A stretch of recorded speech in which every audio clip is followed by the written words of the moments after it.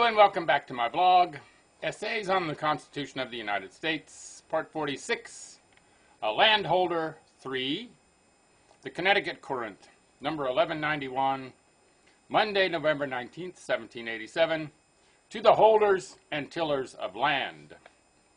Gentlemen, when we rushed to arms for preventing British usurpation, liberty was the argument of every tongue. This word would open all the resources of the country and draw out a brigade of militia rapidly as the most decisive orders of a despotic government. Liberty is a word which, according as it is used, comprehends the most good and the most evil of any in the world. Justly understood, it is sacred next to those which we appropriate in divine adoration, but in the mouths of some it means anything which enervates a necessary government. Excite a jealousy of the rulers who are our own choice, and keep society in confusion for want of a power sufficiently concentrated to promote its good. It is not strange that the licentious should tell us a government of energy is inconsistent with liberty, for being inconsistent with their wishes and their vices, they would have us think it contrary to human happiness. In the state this country was left by the war, with want of experience in sovereignty, and the feelings which the people then had, nothing but the scene we had passed through could give a general conviction that an internal government of strength is the only means of repressing external violence and preserving the national rights of the people against the injustice of their own brethren. Even the common duties of humanity will gradually go out of use when the Constitution and laws of a country do not ensure justice from the public and between individuals. American experience in our present deranged state hath again proved these great truths, which have been verified in every age since men were made and became sufficiently numerous to form into public bodies. A government capable of controlling the whole and bringing its force to a point is one of the prerequisites for national liberty. We combine in society with an expectation to have our persons and properties defended against unreasonable exactions, either at home or abroad. If the public are unable to protest against the unjust impositions of foreigners, in this case we do not enjoy our natural rights, and a weakness of government is the cause. If we mean to have our natural rights and properties protected, we must first create a power which is able to do it, and in our case there is no want of resources, but a civil constitution which may draw them out and point their force. The present question is, shall we have such a constitution or not? We allow it to be a creation of power, but power, when necessary for our good, is as much to be desired as the food we eat or the air we breathe. Some men are mightily afraid of giving power lest it should be improved for oppression. This is doubtless possible, but where is the probability? The same objection may be made against the Constitution of every state in the Union and against every possible mode of government, because a power of doing good always implies a power to do evil if the person or party be disposed. The right of the legislature to ordain laws binding on the people gives them a power to make bad laws. The right of the judge to inflict punishment gives him both power and opportunity to oppress the innocent. Yet none but crazy men will from thence determine that it is best to have neither a legislature nor judges. If a power to promote the best interest of the people necessarily implies a power to do evil, we must never expect such a constitution in theory, as will not be open in some respects to the objections of carping and jealous men.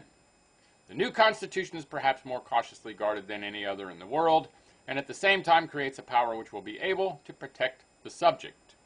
Yet doubtless objections may be raised, and so they may, against the constitution of each state in the Union. In Connecticut, the laws are the constitution by which the people are governed, and it is generally allowed to be the most free and popular in the 13 states.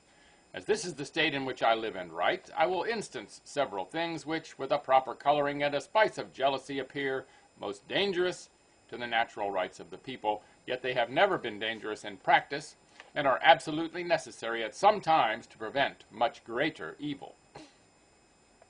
The right of taxation, or of assessing and collecting money out of the people, is one of those powers which may prove dangerous in the exercise, and which, by the new Constitution, is vested solely in representatives chosen for that purpose.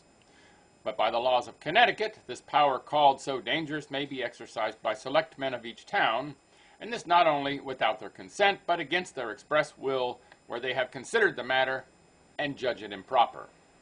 This power, then, they may exercise when and so often as they judge necessary. 3 justices of the quorum may tax a whole county in such sums as they think meet against the express will of all the inhabitants. Here we see the dangerous power of taxation vested in the justices of the quorum, and even in select men whom we should suppose as likely to err and tyrannize as the representatives of 3 millions of people in solemn deliberation, and amenable to the vengeance of their constituents for every act of injustice.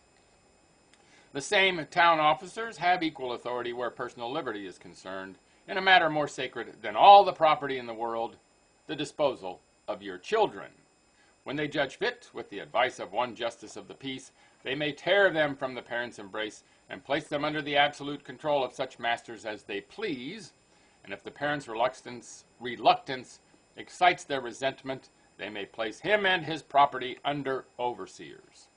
50 other instances, fearful as these might be, collected from the laws of the state, but I will not repeat them, lest my readers should be alarmed where there is no danger. These regulations are doubtless best. We have seen much good and no evil come from them. I adduce these instances to show that the most free constitution, when made the subject of criticism, may be exhibited in frightful colors, and such attempts we must expect against that now proposed.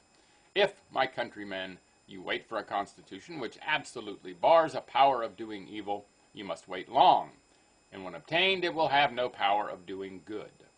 I allow you are oppressed, but not from the quarter that jealous and wrong-headed men would insinuate.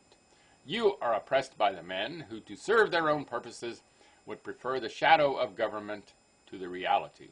You are oppressed for the want of power which can protect commerce, encourage business, and create a ready demand for the productions of your farms. You are become poor. Oppression continued will make wise men mad. The landholders and farmers have long borne this oppression. We have been patient and groaned in secret, but can promise for ourselves no longer. Unless relieved, madness may excite us to actions we now dread. A landholder.